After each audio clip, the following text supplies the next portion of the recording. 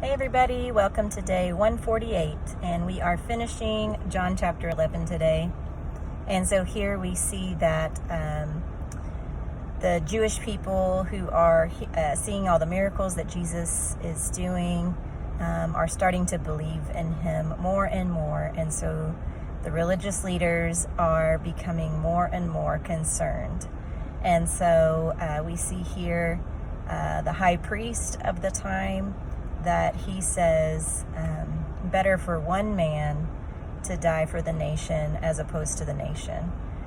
Because basically he's saying, if everybody keeps believing in him, the Romans are going to tighten down and become even more of a thorn in our side.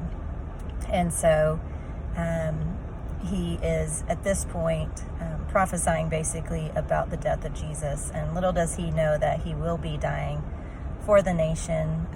It's just in a different way than he predicts. And so Jesus realizes, of course, that he has to kind of lay low because as it's always been, he says, it's not my hour. And so he is very particular about following God's will and making sure that he's not provoking anybody any more than he has to, so that it can stay within the time that needs to occur. And so we see that Jesus moves on from the town and goes to a different city just to continue working, but to not be right next to the religious leaders. And at this point, the religious leaders have determined that they have to put Jesus to death so they can end his ministry.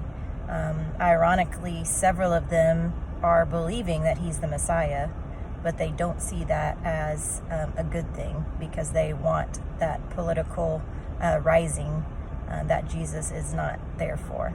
So as we approach the cross again, just prepare your hearts and minds for all that Jesus did for us, the purpose, his whole purpose of being here on earth, and that his ultimate sacrifice was what paid for our sins, and that even though